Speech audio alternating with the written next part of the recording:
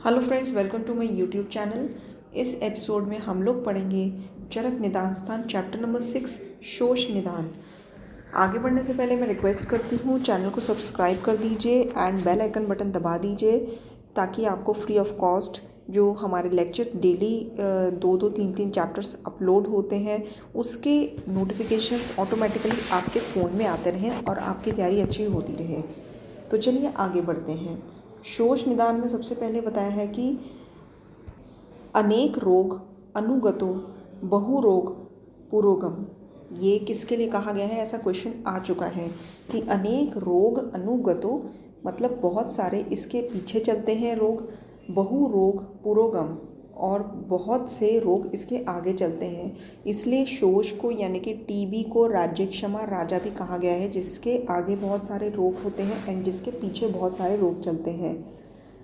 शोष यानी कि राज्यक्षमा, इसको दुर्विज्ञेय भी कहा गया है क्योंकि डिफ़िकल्ट टू डायग्नोस एंड दुर्निवार भी कहा गया है क्योंकि इसकी चिकित्सा भी मुश्किल होती है। ये धातुओं को सुखा देता है एंड इसीलिए इसको क्षय कहा गया है, क्रिया को क्षय कर देता है। ठीक है, जो मेटाबॉलिक एक्टिविटीज़ होती हैं, धातु अग्नि होती है, उसको डिस्टर्ब करके मेटाबॉलिज्म को क्षय कर देता है, लो कर देता है। अकॉर्डिंग टू आचार्य सुश्रुत, जो राज्यक्षमा है उसको नक्षत्रों के राजा को सबसे पहले हुआ था। उन्होंने ऐसा बोला है कि राज्यक्षमा जो है नक्षत्रों के राजा चंद्रमा को सबसे पहले हुआ था।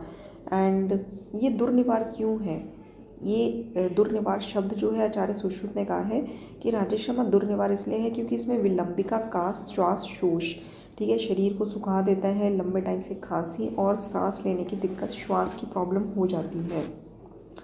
और उसी तरह से आचार्य सुश्रुत ने महाव्याधि जो है, ये एक्स्ट्रा पॉइंट है आउट ऑफ द टॉपिक लेकिन इम्पॉर्टेंट है।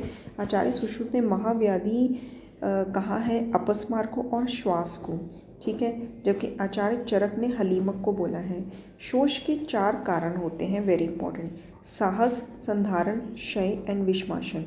ठीक है, जो साहस का मतलब क्या है, साहस मतलब कि अपनी जो कैपेबिलिटी है, जितना आप काम कर सकते हैं उससे बहुत ज़्यादा बढ़कर काम करना, ठीक है, तो बहुत ज़्यादा एक्सर्शन करना। तो उससे क्या होता है कि लंग्स में ट्रॉमा हो जाता है, जिसको एक शब्द जो है आयुर्वेद में यूज़ किया गया है उरैशत, ठीक है। एंड संप्राप्ति क्या है, संप्राप्ति यही है कि वात प्रकोपित हो जाता है और कफ पित्त को मिलाकर ऊर्ध्व अर्धक एंड तिर्यक मतलब डायरेक्शन में चला जाता है। मेनली जो वायु है वही कल्प्रिट होता है जो कि कफ और पित्त को भी डिस्टर्ब करके रख देता है और ऊपर नीचे तिर्यक रास्ते में ये लोग चलने लगते हैं एंड सिम्टम्स उत्पन्न करने लगते हैं। और ये जो है पूरे शरीर में जब जाते हैं तो जब संधियों में ये प्रवेश करते हैं तब क्या होता है, अंगमर्द होता है और पित्तज ज्वर होता है। तो आपको ये क्वेश्चन फॉर्म में आ सकता है कि जब वात पित्त कफ तीनों दोष जो है राज्यक्षमा में संधियों में प्रवेश करते हैं तब जम्भाई, अंगमर्द एंड पित्तज ज्वर, ये क्वेश्चन आ चुका है, ये सिम्टम्स होते हैं। अब जब ये आमाशय में आते हैं तो गैस्ट्राइटिस जैसे ये सिम्टम्स अरोचक आदि उत्पन्न होते हैं। जस्ट फॉर रिमेंबर आपको ये बता दिया। एंड मेन तो संधियों में जो सिम्टम्स हैं वो आप याद रखिए। और उसके बाद क्या होता है कि जब ये ऊर्ध्व अधः एंड तिर्यक मार्ग में गमन करते हैं तो पेशेंट को कास होती है, कास से रक्त आने लगता है, मतलब ब्लड मिक्स्ड स्पूटम आने लगता है उसको, और धीरे धीरे उसके धातु सूख कर क्षय हो जाता है जिससे उसको यक्ष्मा होता है, ठीक है। एंड वेग संधारण सेकंड पॉइंट है, ये सारा साहस से रिलेटेड था। वेग संधारण में भी वही संप्राप्ति है कि वात प्रकोपित होकर पित्त और कफ को मिलाकर ऊपर नीचे एंड तिर्यक घूमकर लक्षण उत्पत्ति करता है। और उसके बाद है, अच्छा इसके बाद विमर्श में आप देखेंगे तो एक शब्द का प्रयोग किया गया है शेम। शेम का मतलब होता है लभस्य परिरक्षणम, ठीक है। ये किसके लिए यूज़ किया गया है, ऐसा क्वेश्चन आ सकता है कि लब्धस्य परिरक्षणम, ये राज्यक्षमा के लिए किया गया है यूज़, मतलब कि जो आपके पास है उसकी रक्षा करनी चाहिए, ठीक है। एंड मतलब कि जो धातु बचे हैं और मल है उसकी रक्षा करनी चाहिए। एक श्लोक है जिसका रेफरेंस पूछा जा चुका है। ये रेफरेंस जो है कहाँ का है, श्लोक है कि सर्वमन्यत परित्यज्य शरीरम अनुलापेत तद्भावे ही भावानाम सर्वभाव शरीरी नाम, मतलब कि सर्वमन्यत परित्यज्य शरीरम, सब कुछ त्याग करके शरीर की रक्षा करनी चाहिए। सर्वभावे तद्भावे ही भावानाम सर्वभाव शरीरी नाम, ठीक है, कि सभी भाव जो है वो शरीर के अभाव में उनका कुछ मूल्य नहीं है, शरीर के अभाव में सब कुछ अभाव है। ये किसके लिए कहा गया है? ये जो है संधारण के लिए कहा गया है, ठीक है। तो आपको ये 2 क्वेश्चंस आ सकते हैं कि ये जो श्लोक है ये कहाँ का है? सर्वमन्यत परित्यज्य शरीरम अनुलाप्यत तद्भावे ही भावानाम सर्वभाव शरीरी नाम। और ये श्लोक किसके लिए कहा गया है? तो ये श्लोक चरक निदान स्थान 6ठा अध्याय शोष निदान में कहा गया है। एंड ये किसके लिए कहा गया है? संधारण के लिए, ठीक है, वेग संधारण के कंसेप्ट में कहा गया है। इसके बाद है कि धातु क्षय जन्य यक्ष्मा। धातु क्षय जन्य यक्ष्मा में क्या होता है? देखिए, जब चिंता, शोक आदि जब निदान होता है, इन कारणों से हृदय में जो रस होता है वो क्षीण हो जाता है, जिससे शोष उत्पन्न होता है, ठीक है। चिंता और शोक से हृदय में रस जो है वो क्षीण हो जाता है और शोष उत्पन्न होता है। अत्यंत मैथुन करने से शुक्र का क्षय होकर रक्त निकलने लगता है। तो इन कारणों से जो है वायु प्रकोपित होकर पित्त कफ को मिलाकर तिर्यक, ऊर्ध्व एंड अधक रोग मार्ग में गमन करेंगे। तो संधियों में शिथिलता उत्पन्न कर देते हैं और उरेशत उत्पन्न करते हैं। कास, उरेशत, कास होता है, फिर शोणित निष्ठीवन होता है, उरेशत होता है, जिससे क्षय हो जाता है, वही सेम है, ठीक है। आहार से परम धामम शुक्रम क्षयो हरसे बहुनम रोगान मरण निच्यति। ये जो श्लोक है धातु क्षय जन्य यक्ष्मा के कंसेप्ट में कहा गया है। एंड इसका मतलब ये होता है कि आहार का जो परम धाम है वो शुक्र है। एंड जो क्षय है उससे बहुत सारे रोग होते हैं, बहुत रोगों का कारण है एंड मृत्यु का कारण भी है। नेक्स्ट आ जाता है कारण विषमासन।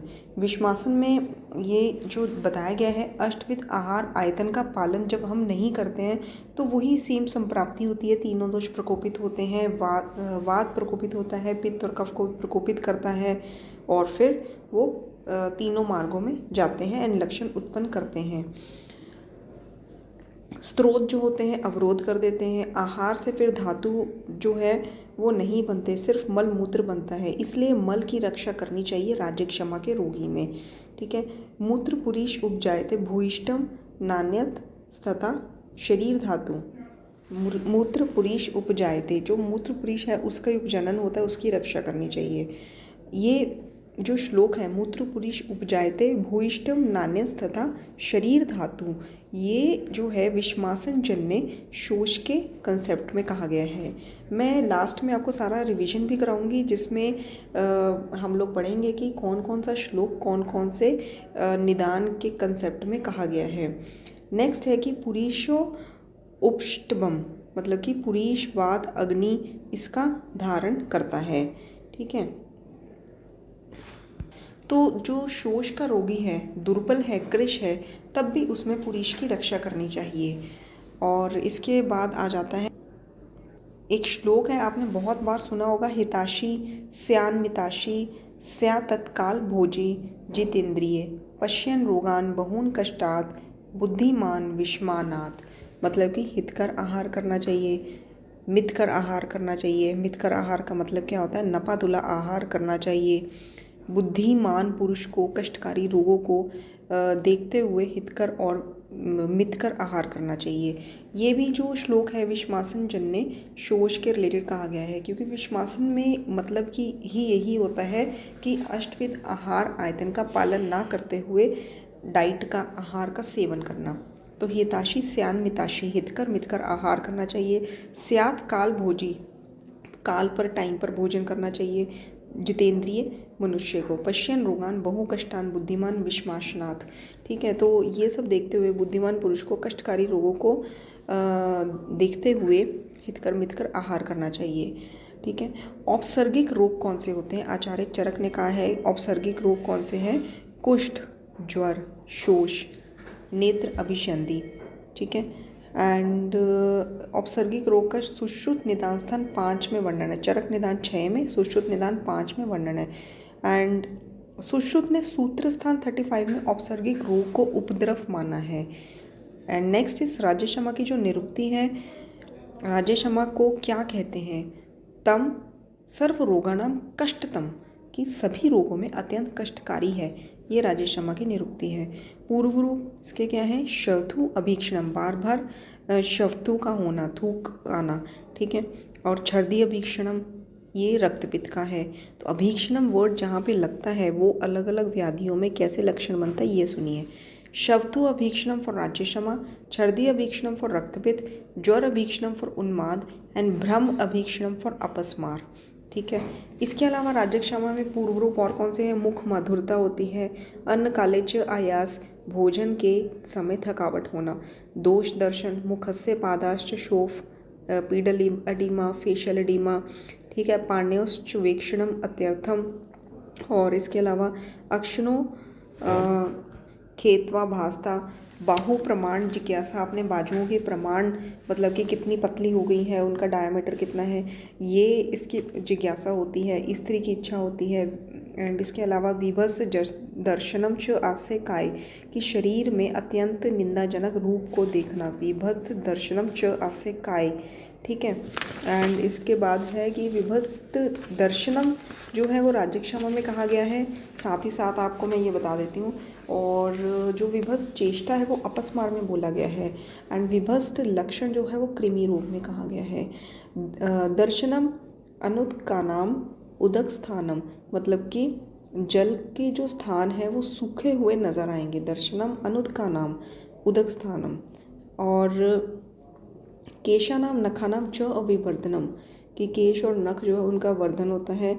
ये तो है ये यक्षमा में। जबकि हमने प्रमेय में भी पढ़ा था केश नख के बारे में, उसमें क्या पढ़ा था? केश नख अतिवृद्धि, इसमें च अभिवर्धनम वर्ड यूज़ किया गया है, उसमें च अतिवृद्धि वर्ड यूज़ किया गया है। मतलब सेम है बट वर्ड्स थोड़े अलग हैं, इसलिए ऑप्शन भी अलग हो जाता है। यक्षमा की जो साध्यता होती है वो है बल मांस रक्त क्षीण ना हो तो ये साध्य कहलाता है। और इसके जो त्रिरूप हैं, त्रिरूप में सामान्य लक्षण कैसे मिलते हैं?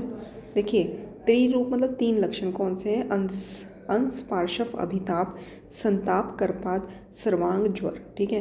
अंश में शोल्डर्स में एंड पार्श्व में अभिताप होना, संताप होना, करपात मतलब पैरों में जलन होनी, हाथ पैर में जलन होनी है, सर्वांग ज्वर, ये है त्रिरूप। एंड त्रिरूप जो सुश्रुत ने क्या बोले हैं? ज्वर कास रक्तस्राव, जबकि भोज ने त्रिरूप क्या बोले हैं? ज्वर कास एंड रक्तपित्त।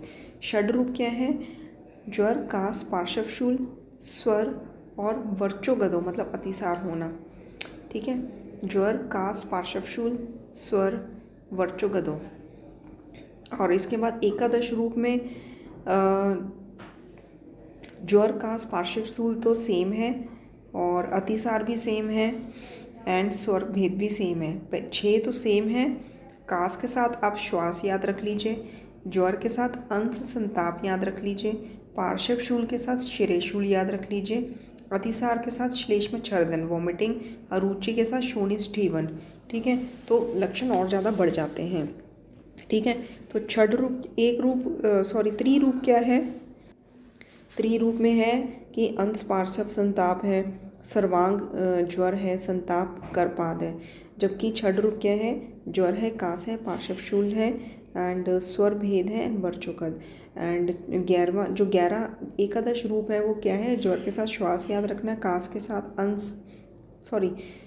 साथ श्वास याद रखना, ज्वर के साथ अंश संताप एंड पार्श्वशूल के साथ सिरशूल और वर्चोगत के साथ श्लेष्म छर्दन, अरुचि के साथ शोणिष्ठीवन और बाकी एक रह गया स्वर भेद। तो इस तरह से आप याद रखेंगे तो आपको याद हो जाएंगे। जो त्रिरूप है आचार्य सुश्रुत ने क्या बताया है? ज्वर कास एंड रक्त स्त्राव, जबकि भोज ने ज्वर कास एंड रक्त पित्त बोला है, ठीक है। और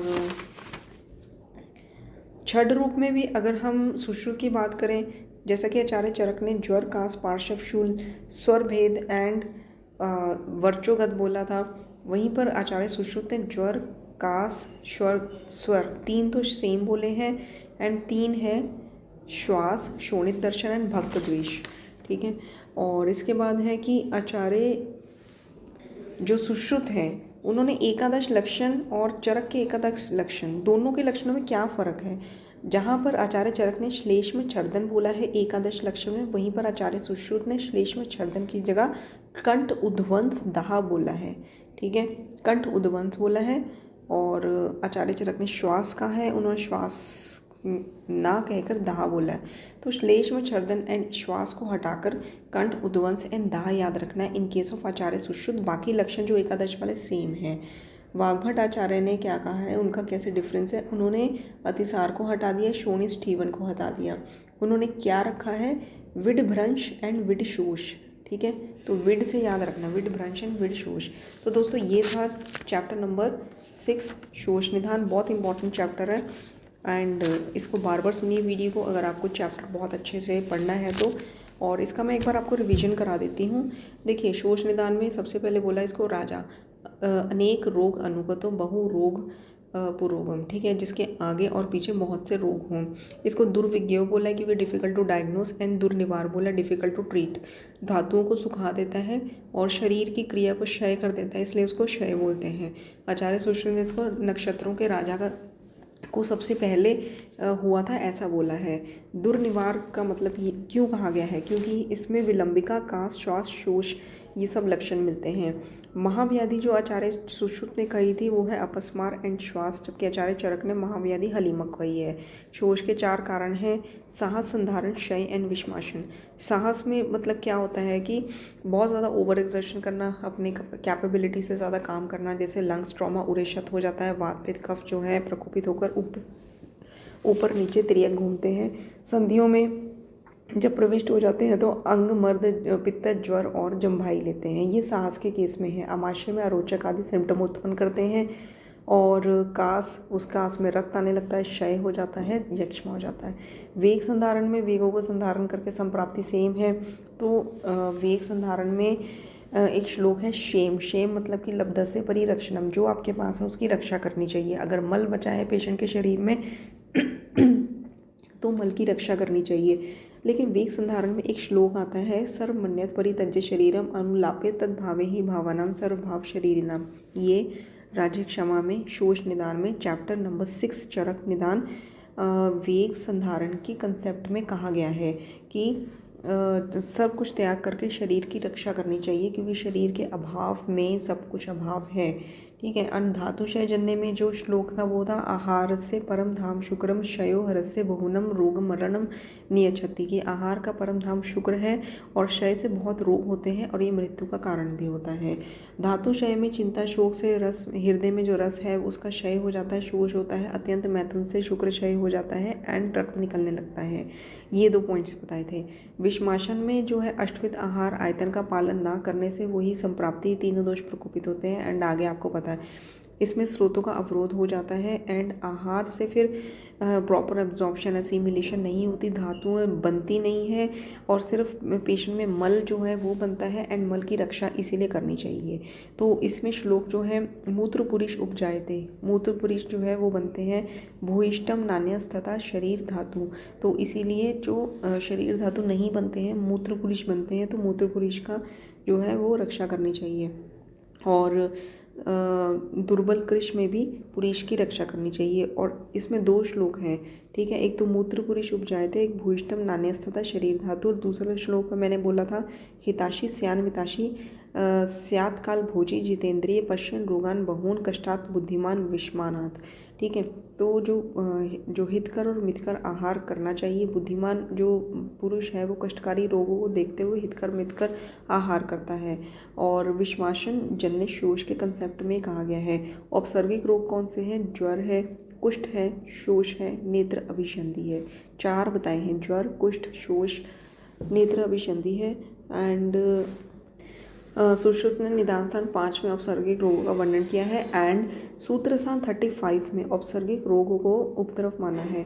राजश्रमा की निरुक्ति में कहते हैं कि सर्व रोगान कष्टतम, सभी रोगों में कष्टकारी है। पूर्व रूप में शयतु अभीक्षणम है, जबकि रक्तपित्त में छर्दी अभीक्षणम, उन्माद में ज्वर अभीक्षणम एंड अपस्मार में भ्रमश अभीक्षणम, मतलब बार बार भ्रम होना। तो अभीक्षणम का मतलब ही बार बार होता है। इसके अलावा और लक्षण है कि बहु प्रमाण जिज्ञासा, हाथ पैर में शोफ होना, मुख माधुर्य, दोष दर्शनम और विभस्त दर्शनम अपनी काय में, शरीर में, जबकि विभस्त चेष्टा जो है अपस्मार में होता है, विभस्त लक्षण जो है वो कृमि में होते हैं। दर्शनम अनुदकानाम उदक स्थानम, मतलब कि जो जलांश स्थान है वो सूखे नजर आते हैं। केशान नखान च अभिवर्धनम, ये यक्ष्मा के लिए है। केशान नखान अतिवर्धनम जो है वो प्रमेय में है। और इसकी जो साध्यता, राज्यक्षम साध्य तब होता है जब बल मास रक्त क्षीण ना हो तो साध्य होता है। त्रिरूप कौन से हैं? संताप संताप संताप, मतलब कि आस अंश पार्श्व अभिताप, संताप करपाद एंड सर्वांग ज्वर। जबकि आचार्य सुश्रुत ने ज्वर कास के साथ रक्तस्राव माना है त्रिरूप में।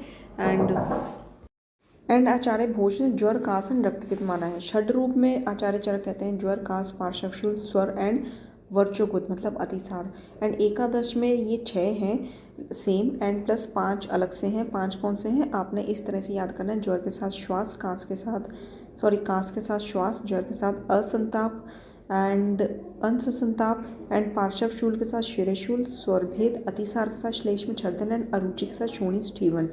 ठीक है, ये एकादश रूप था।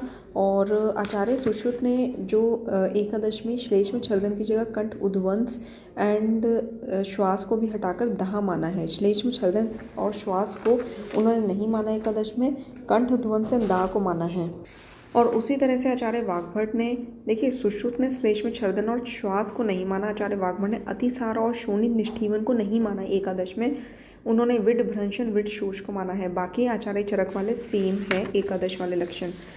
दोस्तों आई होप आपको ये एपिसोड जो है वो काफ़ी यूज़फुल लगा हो। इसको बार बार सुनिए ताकि आपको ये रट जाए चैप्टर। एंड इसके बाद हम मिलते हैं नेक्स्ट अपने अध्याय में, चरक निदान स्थान 7। ठीक है, तो चलिए मिलते हैं नेक्स्ट एपिसोड में।